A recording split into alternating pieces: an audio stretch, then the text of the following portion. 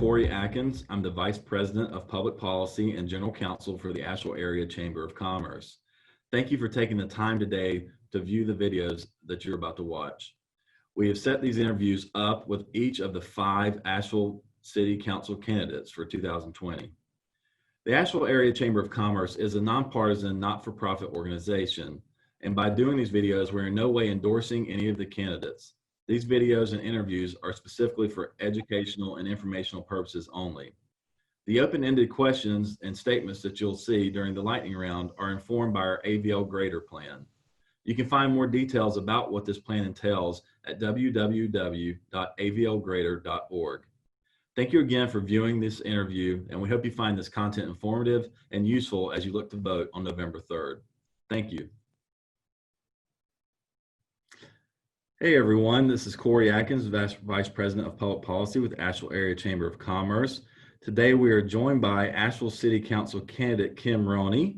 Kim is a resident of West Asheville, a piano teacher, a member of the service industry worker, and community advocate who's really big on transit here in town. Kim, thanks so much for joining us here today. It's my pleasure. Thank you for having me. So we'll jump right into the questions, Kim. Again, I appreciate your time. The first one, and most of these questions, as you know, are informed by our AVL Grader visioning process. And the first question is really about growth here in Asheville.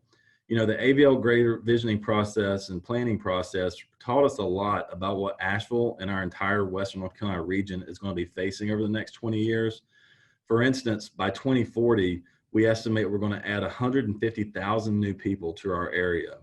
So what is your plan and what's your vision for how the city, which is going to be the epicenter of that growth in this region, to manage that growth? Okay, well, thank you for that important question. I think when I'm reviewing the AVL Grader process and the plan, that we brought Rebecca Ryan into our community to guide that process.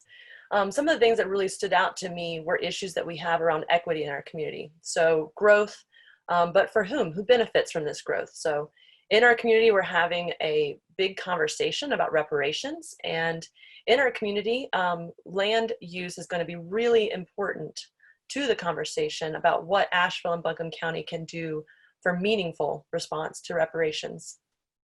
So for me, I have followed through with reading up what Strong Towns has to offer. And I think there's a lot of wisdom in there. We need to grow along our transit dense corridors because transit is at the intersection of economic mobility, of equitable access, and to environmental policy. We need to make it more possible for more people to get out of their cars. And so we know from the transportation data that we have in the region that a lot of folks are commuting in and commuting out, and to get to work and to get to home and to get to services. So we need to make a multimodal infrastructure that includes regional transit to make it more possible for people to have an option outside of one-car vehicle trips. Yeah, and I should have mentioned in your intro, you sit on the city's multimodal commission, correct? Yes, for more than 4 years now. Right. And I've also attended, the Regional Housing Consortium and listened to leaders in the region talk about how instead of building affordable housing close to their schools and work and groceries, they're building as close to Asheville as possible because folks that need affordable housing are commuting. So that tells me that we're not planning together for a resilient community, not just for Asheville and Buncombe County, but for the region, and we can do better. We have a responsibility to lead that narrative and to fully participate. And Kim, what role do you see economic development specifically playing in the growth outside of like the infrastructure needs that we're talking about here? Well, we are going to have to diversify out of just the tourism industry. Tourism is extracting a lot of our labor and our natural resources. And it has shown through the COVID-19 pandemic that we have huge disparities in our community and who is impacted the most when we just rely on one industry. So what I do see is that our opportunity gap in our schools makes it really hard for us to attract families and workers and businesses that are going to pay living wages to the region, or bring living wages to the region. So I think we have a lot of work to do in equity with our schools to address affordable housing for the infrastructure so that we can attract jobs, so that we can support the incubation and growth of homegrown local businesses as well. Great. I'm going to move on now to our next topic. Intergenerational leadership is a second prong of the AVL Greater Plan. How do you see yourself in a position of, as a council member, if you're elected, and how you can help mold and influence the next generation of leaders in Asheville that are going to inherit the region and which you will be directly making policy as a city council member? Well, I know that no one person can do the work that we need to do alone. It's going to take a community effort and a regional effort that we have to build a coalition here in the mountains of Western North Carolina and across the state for the policies that we need. But I'm also really grateful as someone who's been teaching piano here in Asheville for 13 years, who's been doing community radio work, that to know that we have so many people that are already doing the work to mentor and to incubate this leadership in our community, whether it's Hood Huggers YTL, my daddy taught me that, my sister taught me that. We have the Kayla program. We have the folks who want to see these leaders grow from within our community. But as a piano teacher, I watched 18 of my students graduate from high school this year that I've known since they were between the 2nd and 4th grade. And what I hear our young people say is that this city has no love for them, so they have to leave. There's not affordable housing. There's not jobs that pay. They don't feel welcome and they don't have a place. And so when I see the Asheville Greater, the AVL Greater plan addressing some of these issues, they're connected together.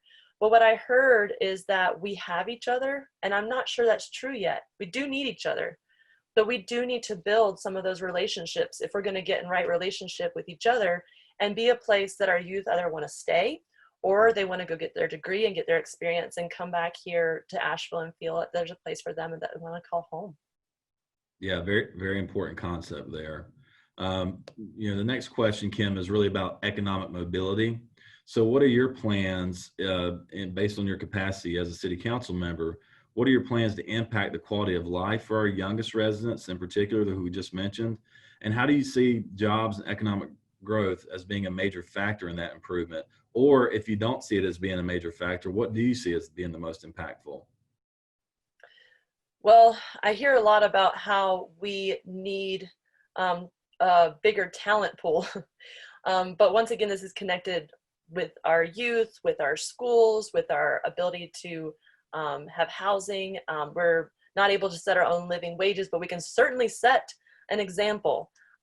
So the city has a responsibility to set an example by starting by paying our firefighters a living wage, which means getting in compliance with our own living wage policy. Right now, more than 70 of our firefighters are making less than $12 an hour. So if we were paying them $15 an hour, which is a more just minimum wage, then they would be more eligible for the city's down payment assistance program. So as a city council member, I'm committed to working with community, working with leaders that are doing reentry programs to amplify the work that is already being done, to set a good example through our own, whether it's paid family medical leave or setting our own living wage policies and keeping them, so that we can do this work with the schools, do the work on housing, do the work on infrastructure and transportation, and be a place where we want to be able to have more economic mobility. I know the desire is there. I hear it every day. People want to be valued for the work that they do, and they want to feel that they're important to our community, but I don't see the value showing up in people's paychecks. From my own personal experience working minimum wage in hotels in this town, people are having to work 2.5 full-time job hours and still not able to make ends meet. And I think we're going to have to do better by setting a better example. Great. So our next question, it really kind of ties a lot of these concepts together, and it's really about making Asheville a place for all people and this region a place for all people. So keeping the economic mobility theme in mind, what are 2 or 3 major elements of life that you think you can influence or invest in as a city council member? We all know there's a limited pot of resources, right, in the city's budget that can actually be used discretionary in a discretionary sense. So what are 2 or 3 things that you can influence or invest in as a city council member that will continue the much needed work of lifting up every corner of our community, and not just those that we talk about who are already doing well?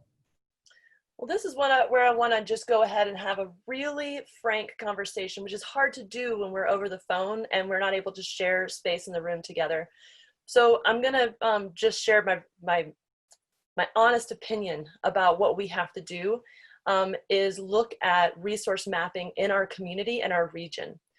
You're right, we do have a limited budget for the city, but we have major funding pools with the Tourism Development Authority, with the Dogwood Health Trust, with the Chamber as a leader.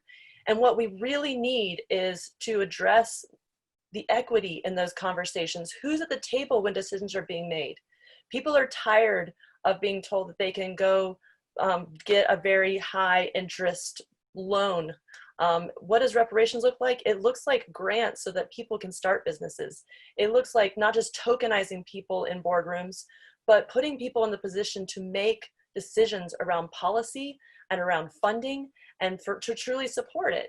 So my question is, are we going together as a region for all these funding streams going to get real about equity and who's at the table when decisions are being made? And I'm sad because it's not already happening and people are hurting. Relationships are fractured. So we actually need to do a lot of healing in our community. And I'm hopeful that the members of the chamber and in this time, which is what is required of us, is to focus on the healing that's requested, to make space for reparations, to heal the people on the planet by moving money in the direction. An example of that, I appreciate the work of Woman Up. I know the intention is there and all the words are said in the right order. And there are caring, compassionate neighbors who are about this work. But why aren't we funding the Mountain Business Equity Initiative? This is a Black-led organization that's about healing. It's about lifting up Black, Brown, and Indigenous peoples' vision and their plan. And if we can restore and get in right relationship with each other by supporting what is requested instead of trying to make up something new, we have an opportunity here to fortify relationships and heal our community and be a place that people want to stay and be a part of and to join us in this work. And if we set those standards for ourselves and get real about how we're spending our money and how the policies that we make impact all of us together, then I think it'll be a cause for celebration. And I know that I'm not alone in definitely wanting that. Right. No, I agree. And tying some of those themes together and talking about, healing our community and some things that have happened recently, locally as well as nationally, there's been a lot of discussion about reimagining our public safety efforts or quote unquote defunding the police. So what's your stance on this topic, Kim, and what specific items would you change in the police budget or how resources are allocated, in this regard? So I am really grateful for the members of our community who've come together in coalition, whether it's through Black AVL Demands or the Racial Justice Coalition. We have tremendous intergenerational leadership that's been in the streets, that's been writing and working together to build relationship. And I stand in solidarity with those demands to divest 50% of the police budget so that we can invest in long-term safety strategies. But I want to tell you why. As a person who was raised in the rural South, I'm the oldest of 8 kids. My mom is an opioid addict. My dad didn't make living wages when we were growing up. I'm familiar with food insecurity. I'm familiar with the fear of losing housing. I'm familiar with the fear of family separation because I knew that I needed food to feed 7 younger siblings, including twin youngest babies when I was 14. I needed my mom to get well. I needed my dad to be paid dignified wages. I needed a sidewalk so that I could get to our faith community or to the grocery store without having to walk miles down the side of a highway or in a ditch. And none of those things is in a police budget. So what we're doing right now is harming our neighbors. And we have amazing, resourceful people in our community that are already doing part of this healing work that we can amplify.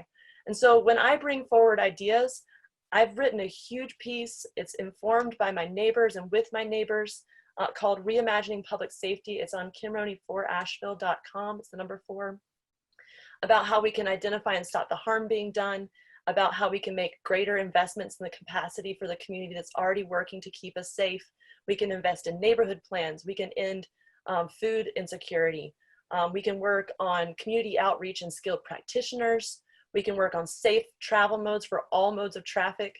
We can amplify the healing work being done with the Be Love Street Medics, the SETI Collective, Emoja Health and Wellness and Justice Collective, SEMA, Crisis Response, peer support groups, youth mentorships, but we're not yet doing that.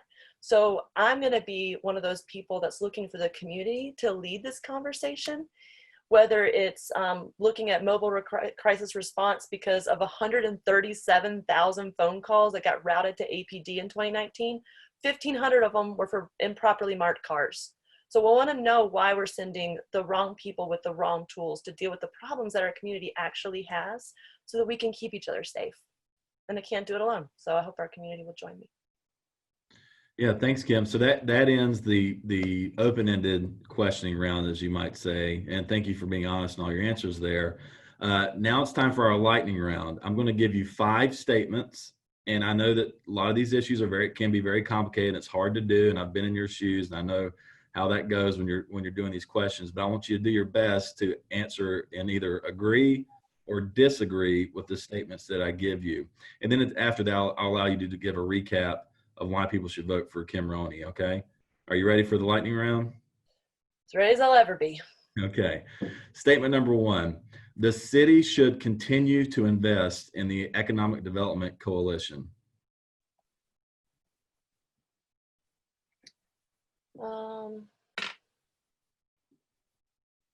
Agree. The city should prioritize its budget to ensure essential services first. Agree. The city should fund more nonprofits engaged in social justice work, even if it means raising taxes. Disagree. The city should prohibit any further hotel development going forward. Agree. The city should redirect resources to assist small businesses during the rest of the COVID pandemic.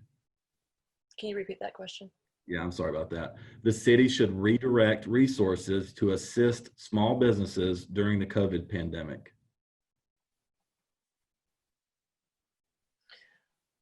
Disagree. Okay, thank you. So that ends the lightning round, Kim. Now give you a minute and a half to give your elevator speech as to why people should vote for Kim RONEY for Asheville City Council, and please tell folks where they can find more out about your campaign. Sure, thank you so much. So my name is Kim RONEY. I'm a piano teacher, service industry worker. I have been the understudy of council. I've been to every council meeting except for 3 since December 9th, 2014. I attend 12 to 15 board and commission meetings, whether it's planning and zoning for the city and the county, whether it's housing, issues with our education, and I report back to the community. I'm going to be faithful to this work and healing the people and the planet, because what this time requires of us is to work together so that we can grow together, so we can heal our relationships, so we can heal the people and the planet. And that means centering equity in the decisions around our budget planning and policies. This work can't be done alone, but it is possible when we work together. So I invite you to get more information at kimroneyforasheville.com.